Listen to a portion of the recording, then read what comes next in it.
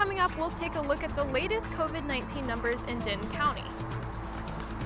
Plus, learn how college students are reacting to campus shutdowns and how grocery stores are handling the bulk buying trend. From the Mayborn School of Journalism at the University of North Texas, this is NT Daily News.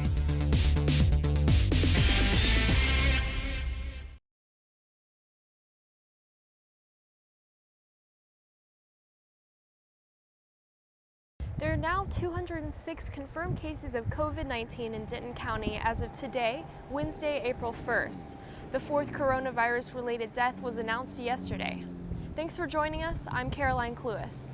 Over the past few weeks, life across the country has changed dramatically. During the next half hour, we'll go over how life in Denton County has been affected by the virus, from schools to healthcare to even the economy. The majority of confirmed cases in Denton County come from the Denton State Supported Living Center, which has 73 cases. 23 of them are staff members. In a statement through email, the Living Center said it's doing everything it can to protect its 450 residents and over 1,000 workers. Employees are screened for symptoms prior to entering. As of yesterday, Texas will stay under a shelter-in-place order until April 30th to limit the spread of the virus. Denton County amended their disaster declaration to extend until April 7th. If you think you may have the virus, MD Medical Group in Louisville opened a drive-through testing facility on Monday. This is the first drive-through location in Denton County.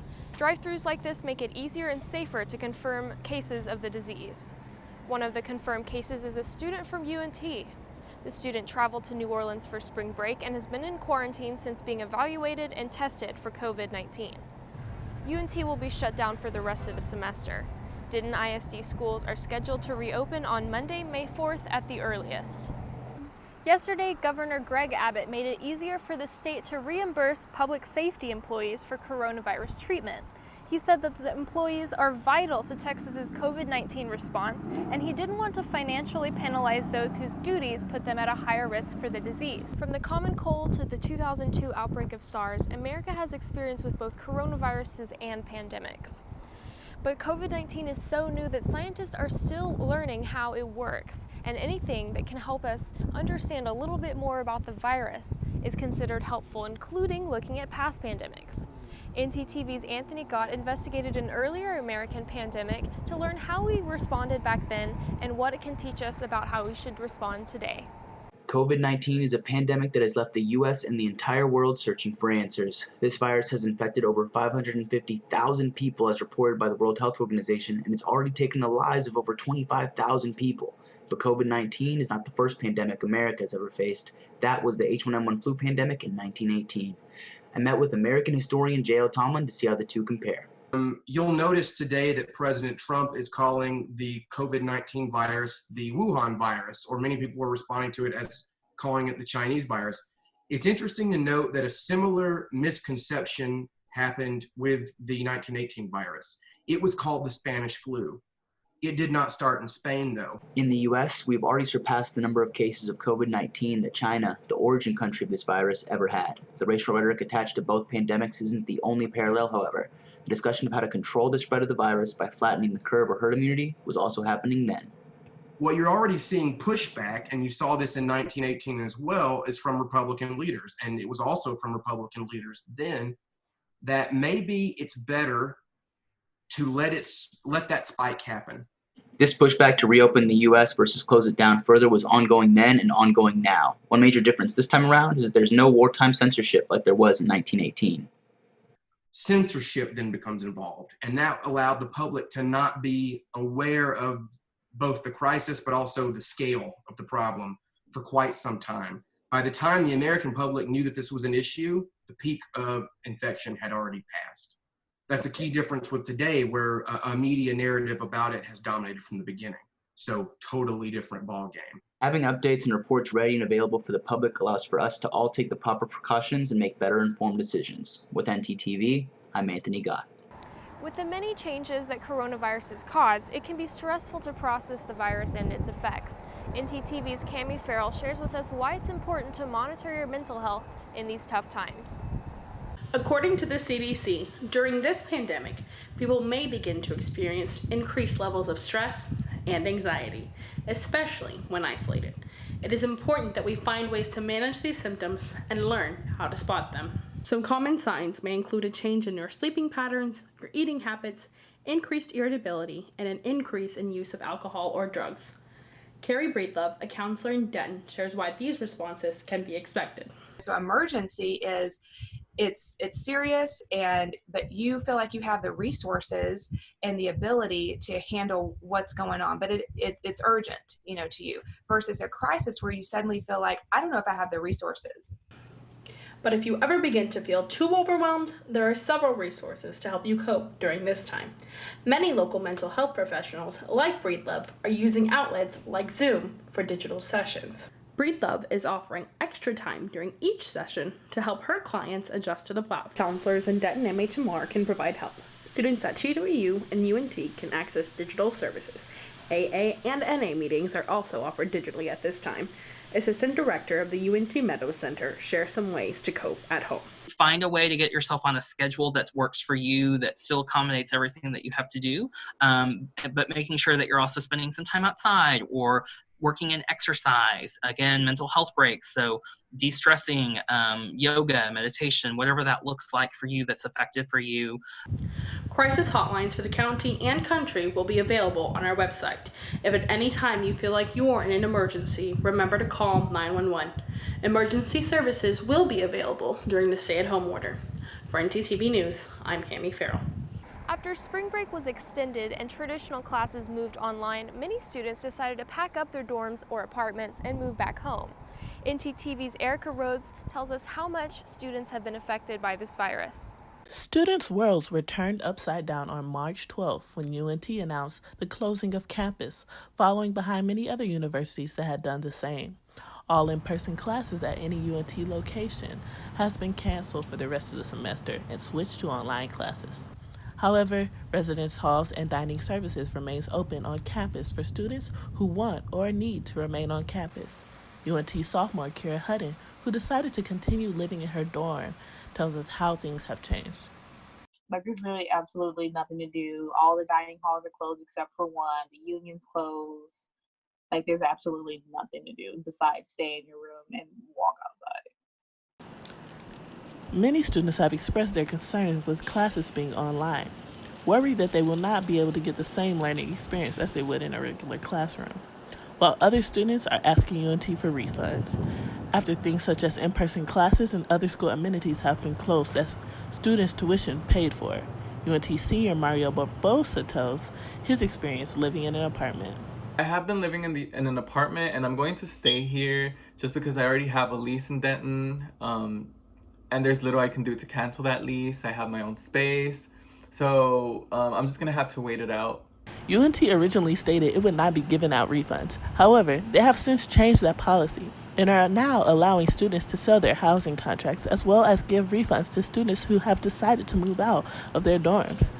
For NTTV, I'm Erica Rhodes. UNT also stated that students with remaining dining credits will be able to apply them to a dining plan for the next academic year. But not everything's shutting down. NTTV's Courtney Glider has information on what essential campus services are staying open throughout the shutdown. I am outside of Kerr Hall, which is one of the few places that will remain open after the university decided to switch to essential personnel only on campus. The announcement came Sunday evening from UNT president and officially took effect after 5 p.m. on Tuesday. Kerr Dining Hall, the Health and Wellness Center, and residence halls are among some of the services that will physically remain open with the alteration of hours and services. Student Affairs says that up to 1,100 students have remained on campus within the past 2 weeks, and they're prepared to serve them. People that, this is the appropriate 6-foot distance. This is what we need to have happen. We are making extra gloves available, extra hand sanitizing. All meals will be through a to-go service, and the dining hall will have 6-foot markers for the people that visit. The Health and Wellness Center has changed their office layout and will be offering virtual non-emergent services. But the services you were able to get before may no longer be available. As a medical facility, we want to be open and we want to be able to take care of patients. but we don't want to put people who don't necessarily need to be in the clinic right now. The Wellness Center is asking students to call before coming into the clinic. The counseling service, Eagle Post, and Willis Library will all remain physically open for students, but with a change of hours. For NTTV News, I'm Courtney Gilder. When you think of graduation, you think of the walk across the stage, the throwing your hat in the air, the speeches. But for the class of 2020, these things aren't going to happen. Spirits are usually high for seniors at the end of the semester, but this time around, that's not the case. Not only has the coronavirus caused schools to shut down, they've also canceled graduation ceremonies across the country, including at UNT. Senior Fanily Ramirez says this whole situation is really sad, and she feels like her class isn't getting the full undergrad experience. I just feel like at that point it's kind of pointless because we're all going to be at different stages of our lives, you know? Like, yeah, I'm going to walk the stage, but if everything goes good, like I'll be pursuing my master's. Yeah. You know? So like at that point, like I'm over it. In an email sent to students, school officials stated spring graduates will have the opportunity to cross the stage at a commencement ceremony in the future and will still receive their diploma at the end of the semester. Many students have expressed their feelings, saying even if they could attend another graduation ceremony, it would not feel the same as their own. Colleges and schools aren't the only institutions being affected by the virus. Businesses across the country have been forced to either lay off their employees or ask them to work from home. Last week, UNT decided to move to only essential personnel on campus, which does include some student workers. But still, many students who do work on campus are afraid of losing their jobs for the rest of the semester. As more of a person who likes to keep things organized, it's been difficult because I don't know what's going to happen the next day. Or the day after that, but I know it's necessary to take the proper precautions. UNT still employs student workers who can work remotely and is working to figure out what other employees can do on a case-by-case basis. After the break, we'll take a look at how Denton is helping small businesses. Why should young people care about the spread of coronavirus? Well, we know that people with underlying medical conditions over the age of 60 are at highest risk, but they've got to get it from somebody. So we're asking everyone to be selfless for others so that we can protect those who are most susceptible. Not going to bars, not going to restaurants. It all just means physical separation so that you have a space between you and others. For more information on how you can social distance, please go to coronavirus.gov. The largest stimulus bill in U.S. history is now law. The stimulus plan suspends student loan payments, adds protection against foreclosure, and also helps the airline and travel industries. Single individuals could receive as much as $1,200 if you make $75,000 or less a year. Couples may get as much as $2,400. Most parents would get $500 per child. Treasury Secretary Steve Mnuchin says Americans could receive funds in 3 weeks through direct deposit or by check.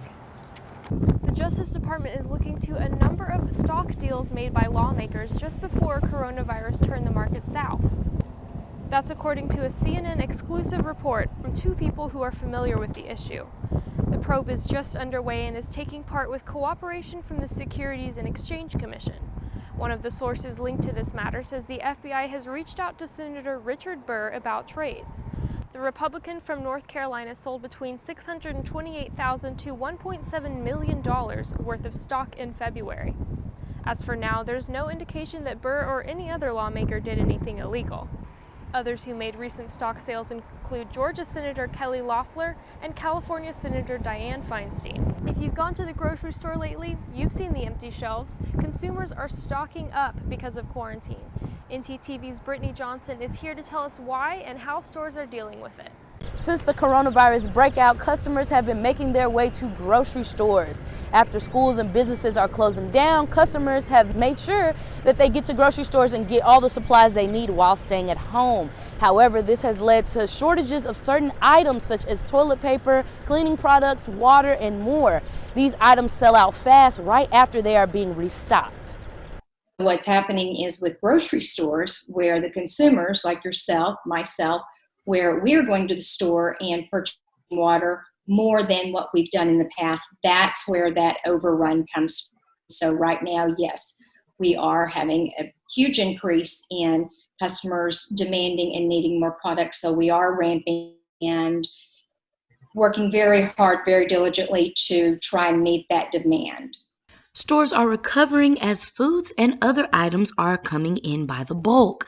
They are also responding by tweeting and updating their business hours, services, and safety precautions. However, stores have put restrictions on some items and encourage shoppers to still only take what they need to limit product shortage. You can check in with local grocery stores online or on social media to hear about any new changes. The City of Denton is taking steps to help local businesses who are struggling with the decline in customers. Some businesses have been forced to close temporarily or find a different way to deliver their products. The City of Denton's website also includes information for workers hoping to find jobs, information to know what businesses are still open, and how to apply for unemployment benefits. What we are doing is we are putting out lots of information from things regarding to Small Business Association grant programs and loans that are available, to making sure that we're just checking in with businesses to understand what they need. Businesses can also apply for an economic injury disaster loan. This helps pay certain fees or any outstanding payments. While the closures continue, a local Denton handmade goods business has adapted by shifting completely to online orders. The Dime store made that big shift to help reduce stress for customers.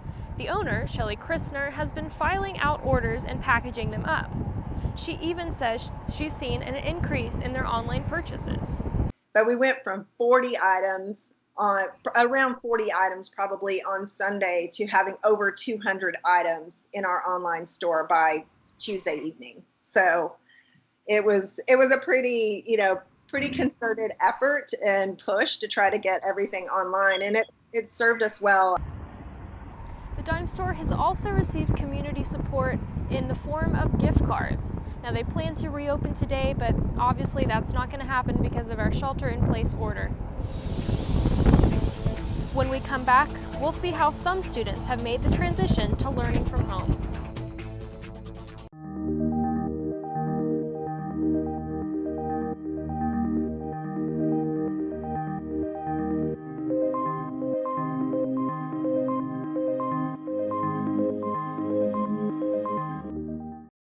Teachers all over the country are learning to adjust as they teach their students online from home.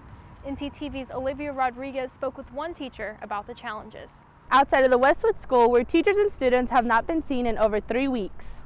Schools closing across the country have caused teachers and students to adapt to a new online learning system. I spoke to my sister, who is a teacher here, and she says that with online teaching, a few problems have come up that they've had to face. The easy part, there's so many resources that I have access to. It's just hard to find the parents that are willing to use the technology, because since some of the kids are so young still, parents are really anti-screen time, anti-technology. So teachers understand parents' concerns and have gave the parents the option to receive paper handouts in the mail. When asking the teachers what school closures means to them, they say it's sad because kindergartners are going to miss their kinder graduation, and just all the fun things that come with the end of the year aren't going to happen anymore. School officials say they aren't sure when schools will open back up again, and teachers say they can't wait to see their kids and for things to be back to normal. For NTTV News, I'm Olivia Rodriguez. While all of the student and faculty are home, Calhoun Middle School is not completely abandoned. Workers are there to help feed children during the COVID-19 crisis. Denton ISD originally closed the week after spring break when schools were supposed to reopen. Since then, the district extended its closure 2 times. On Thursday, DISD pushed the break through April 19th, leaving thousands of children at home. For workers who rely on school lunches to keep the children fed, there was reason to be concerned about the future. The day after the initial closure, the district announced its plan to keep open 15 locations for carry-out breakfast and lunches. 2 days later, they started using buses in order to deliver food around areas of Denton and into Latona. According to Field Supervisor of Child Nutrition Lisa Brown, further expansion of the service is still to come. We have 4 different sites that are transporting meals, and then next week we're going to add 2 more sites that will be not only transporting but also handing out meals. As of last week, the district served over 40,000 meals to children in need. DISD expects that number to rise while they continue to serve meals until the end of this break. For more information on service locations and times, visit dentonisd.org/meals. The school district isn't the only group working to keep kids taken care of and fed. NTTV's Charles Burkett went to find out how a local charity quickly adapted to the quarantine. Here in Denton, I came out to see how one local group was combating hunger during these changing times. Love Packs Denton has been supplying families in need throughout Denton Independent School District since 2018. That started with 3 schools and has tripled since then. It started out as 3, and then it quickly became 5, and now it's 9. So we serve about 9 schools right now. Obviously, our long-term goal would be to serve every school that needs our help. Businesses, like the Bearded Monk, have drop-off locations that you can donate items where they're picked up. Normally, volunteers will pack the food, pass them to the schools where the counselors get them to the families in need. Since the COVID-19 outbreak, those processes have changed. Drive-up situation with no contact. We've got some signs that we hold up to communicate with people, and then they can roll their window down and talk to us from a distance. One worker remembers when she was younger how her family struggled to keep food on the table. I can look back now and say, oh, we only had a certain number of gallons that we could buy of milk every week, and we only had we had a set schedule of when we ate things because she was working around sales. I don't want somebody to have to do that with their kids, and I want them to just not have that worry on their plate. There's a lot of other things going on. Once the COVID-19 break is over, she hopes that there's one thing people will remember. I want people to realize just how valuable, how many resources schools give to our kids and their families in need.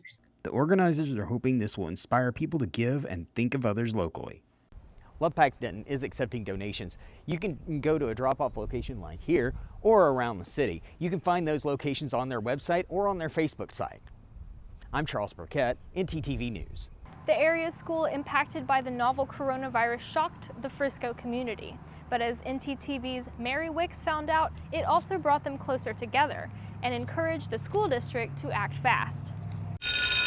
Dominion Panther Creek is a quiet community, but on the morning of March 9th, they were awakened to a breaking news pandemic that has caused schools to shut down all over America. Frisco is the first city in North Texas to have a confirmed case of COVID-19. The man in his late 30s has at least one child that attends here at Tetlock Elementary School. The Bowles family lives across the street from the elementary, but for them, their children no longer attend the school. Mr. Bowles says this has built a stronger, more connected neighborhood. The neighborhood is a very diverse and understanding area. There have been a lot of posts on social media, and I think everyone is grounded to the reality that this isn't the end of the world, but it's also something that we all need to understand and do our part for. A new reality is right. Frisco ISD is encouraging families to stay at home as much as possible and practice social distancing. This pushes the need to help flatten the curve of coronavirus cases. So it's a matter of just taking your precautions, making sure that we're all doing our part, making sure that we're washing our hands and keeping our separations and gatherings to a minimum, and then making sure that you don't stop it from completely ruining your life. Frisco schools remain closed, but is still providing free to-go meals for students during school closure. I'm Mary Wicks with NTTV News. Athletic competitions across the world have been canceled by the COVID-19 crisis, from March Madness to the Olympics to even right here in Denton.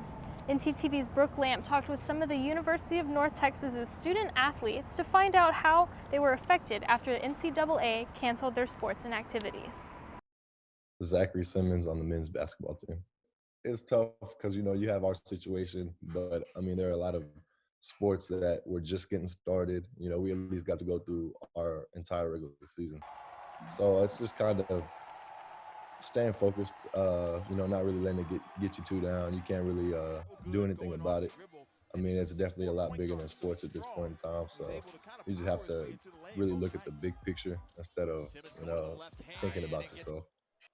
Oof, it's all gone. My name's Mason Fine. I'm an alumni in North Texas, and I played football there for 4 years. At the time, I was lifting up at the university, 5 times a week, getting treatment, getting the training, throwing, using the indoor, and just really preparing for my pro day.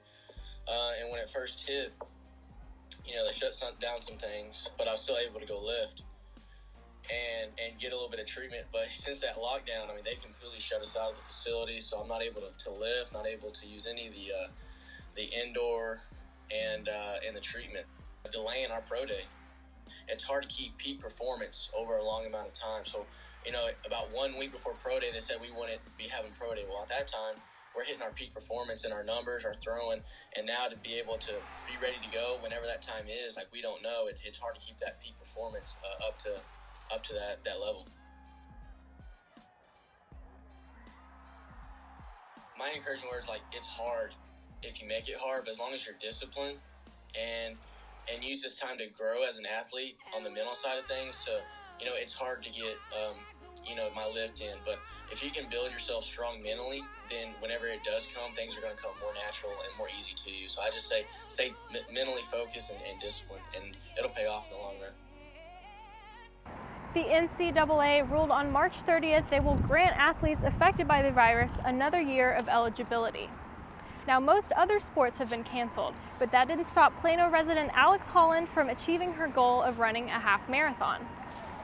Holland started training for Baylor University's marathon back in August. When it was canceled, she didn't want to waste her training, so Holland decided to run the 13.1 miles around her neighborhood. The neighbors caught on, and as the end of her half marathon got closer, they made her a ribbon to run through, made of precious toilet paper. My closest neighbor, Rosemary, was outside gardening. She was out there the whole 2 hours. And then the next lap, a couple more people were outside, and then the next lap, a couple more people were outside, until by the end of it, I don't even know how many people were outside, but pretty much everybody that I knew from the neighborhood was out cheering me on. I was like, I'm gonna cry. Holland says that after the social isolation is over, she'll sign up for another half marathon. But until then, she's just gonna have to run around the block. I'm Caroline Cluis. Thanks for tuning in to our special edition of NTTV. We'll keep updating you as the semester goes on, so be sure and tune in for our coronavirus coverage.